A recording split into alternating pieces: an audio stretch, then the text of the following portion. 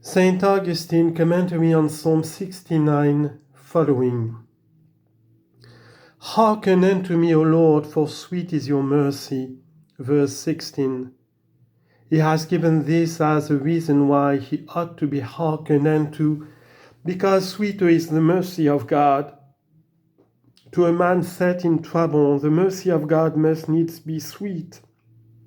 Concerning the sweetness of the mercy of God, see ye what in another place the Scripture says, like rain in drought, so beautiful is the mercy of God in trouble. Sirach 35:20. That which there he says to be beautiful, the same he says here to be sweet. Not even bread would be sweet unless hunger had preceded. Therefore, even when the Lord permits or causes us to be in any trouble, even then he is merciful. For he does not withdraw nourishment, but stirs up longing. Accordingly, what says he now? Hearken to me, O Lord, for sweet is your mercy. Now do not thou defer hearkening, in so great trouble I am, that sweet to me is your mercy. For to this end you defer to succor, in order that to me that wherewith you succored might be sweet, but now no longer is there cause why thou must defer. My trouble has arrived at the appointed measure of distress. Let your mercy come to do the work of goodness. After the multitude of your pities, have regard unto me, not after the multitude of my sins. Turn not away your face from your child, verse 17. And this is a commanding of humility. From your child, that is, from your little one. Because now I have been rid of pride through the discipline of tribulation, turn not away your face from your child. This is that beautiful mercy of God, whereof he spoke above. For in the following verse he explains that whereof he spoke, for I am troubled, speedily hearken thou unto me. What is speedily? Now there is no cause why thou must defer it. I am troubled, my affliction has gone before. Let your mercy follow. Give heed to my soul and redeem her. Does need no exposition. Let us see therefore what follows. Because of mine enemies deliver me. Verse 18. This petition is evidently wonderful, neither briefly to be touched upon, nor hastily to be skipped over, truly wonderful. Because of mine enemies deliver me. What is because of mine enemies deliver me? I see no reason for this petition. Because of mine enemies deliver me, unless we understand it of something else, which, when I shall have spoken by the help of the Lord, he shall judge in you, that dwells in you. There is a kind of secret deliverance of holy men. This for their own sakes is made. There is one public and evident. This is made because of their enemies, either for their punishment or for their deliverance. For truly God delivered not the brothers in the book of Maccabees from the fires of the persecutor, to Maccabees 7. But again the three children openly were delivered from the furnace of fire, Daniel 3:26.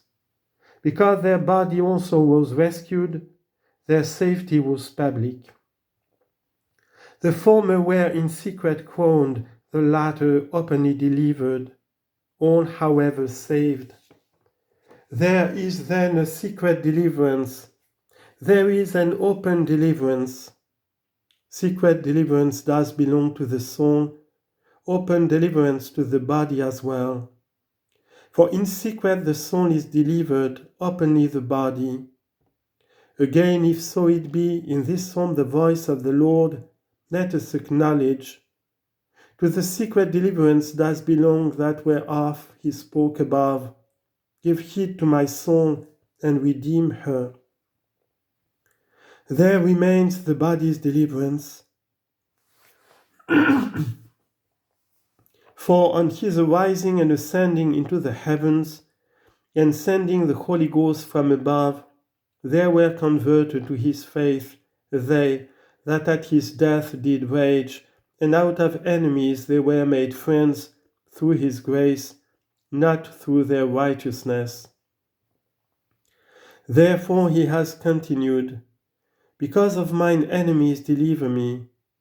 Give heed to my soul, but this in secret. But because of mine enemies deliver even my body. For mine enemies it will profit nothing if soul alone you shall have delivered, that they have done something, that they have accomplished something they will believe. What profit is there in my blood while I go down into corruption? Therefore give heed to my soul and redeem her, which thou alone know. Secondly also, because of mine enemies deliver me, that my flesh may not see corruption.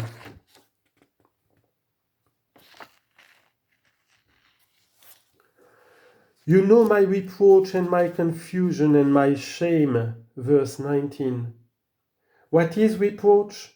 What is confusion? What shame? Reproach is that which the enemy casts in the teeth. Confusion is that which gnaws the conscience. Shame is that which causes even a noble brow to blush, because of the upbraiding with a pretended crime.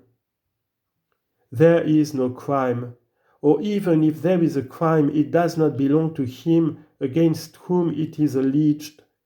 But yet, the infirmity of the human mind ofttimes is made ashamed, even when a pretended crime is alleged, not because it is alleged, but because it is believed.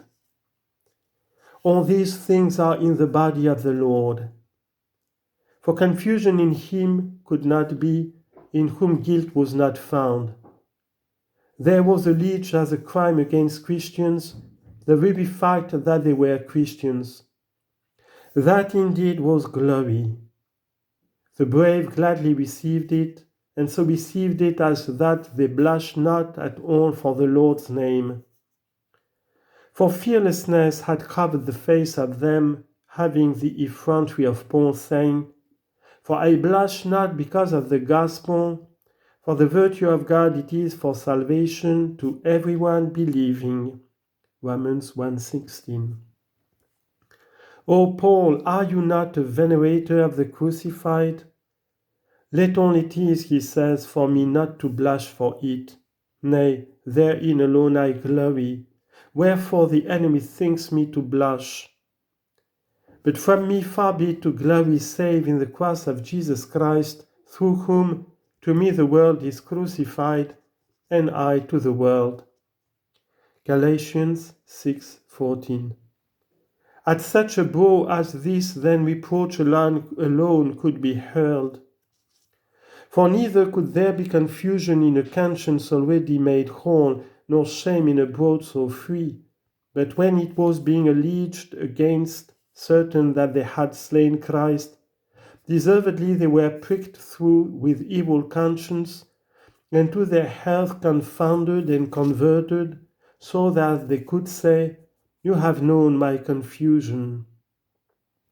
Thou therefore, O Lord, hast known not only my reproach, but also my confusion, in certain shame also, who, thou in me they believe, publicly blush to confess me before ungodly men, human tongue having more influence with them than promise divine. Behold ye therefore them, even such are commended to God, not that so he may leave them, but that by aiding them he may make them perfect.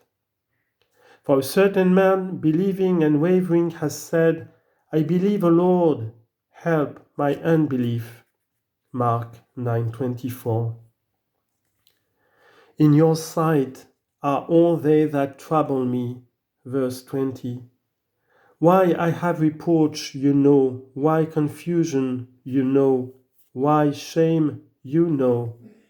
Therefore deliver thou me because of mine enemies, because you know these things of me they know not, and thus because they are themselves in your sight, not knowing these things they will not be able to be either confounded or corrected, unless openly you shall have delivered me because of mine enemies.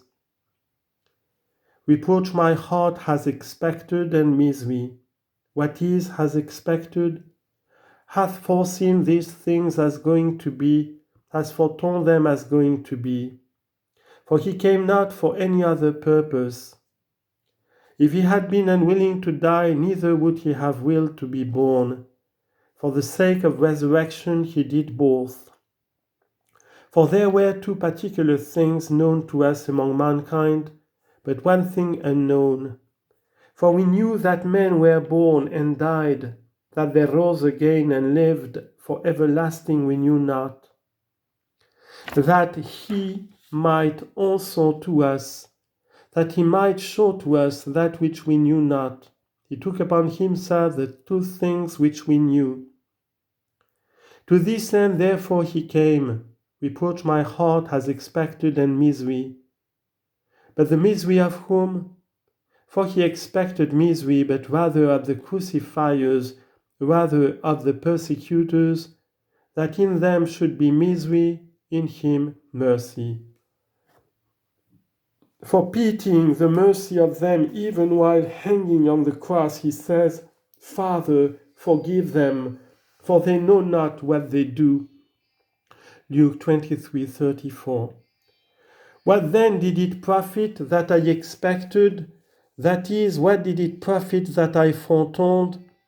What did it profit that I said to this end I had come? I came to fulfill that which I said. I waited for one that together should be made sorrowful, and there was not. And men comforting, and I found not.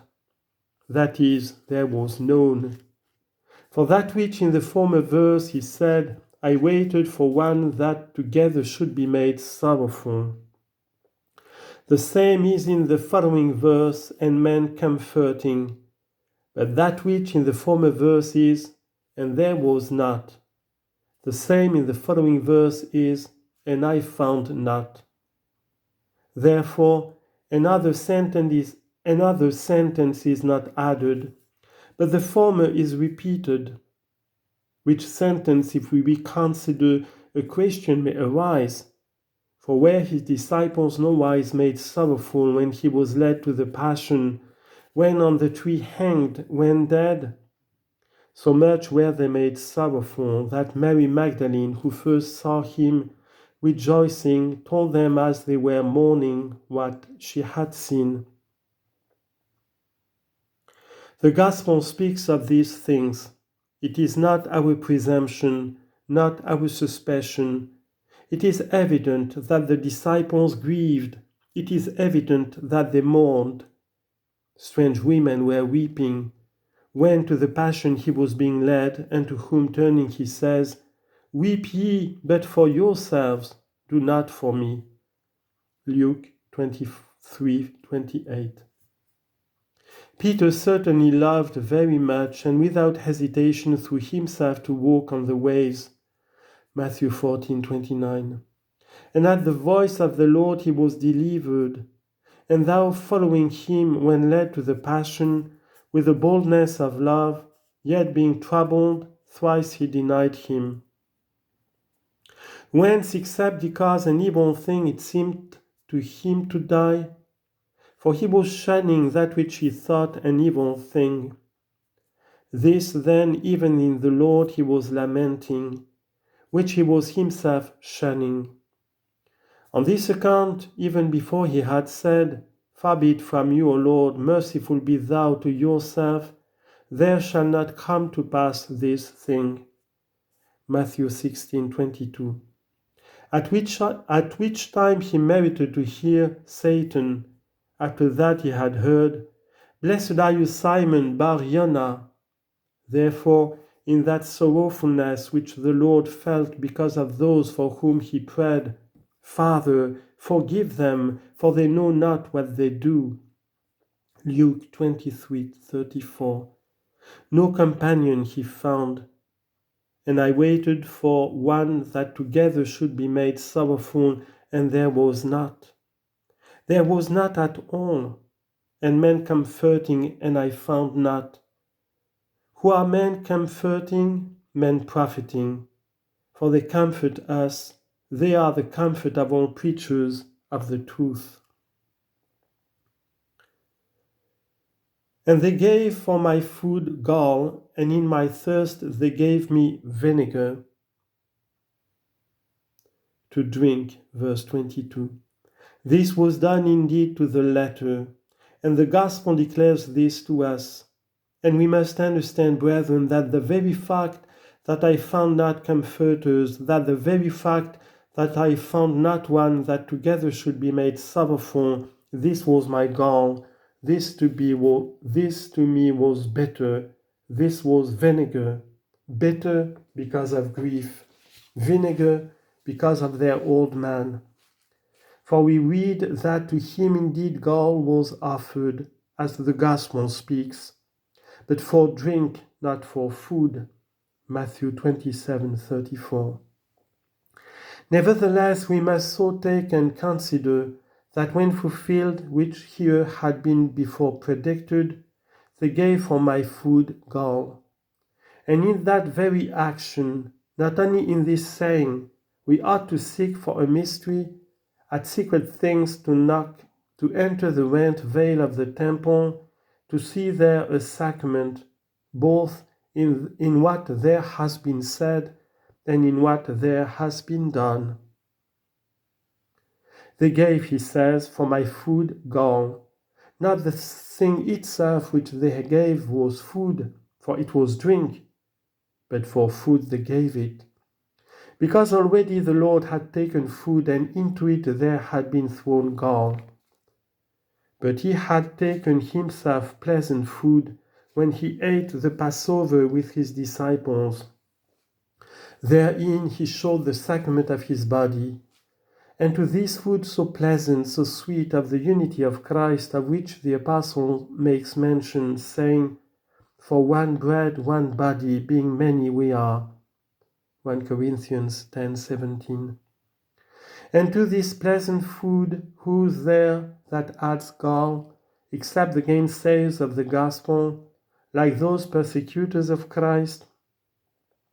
For lest the Jews sinned in crucifying him walking on earth.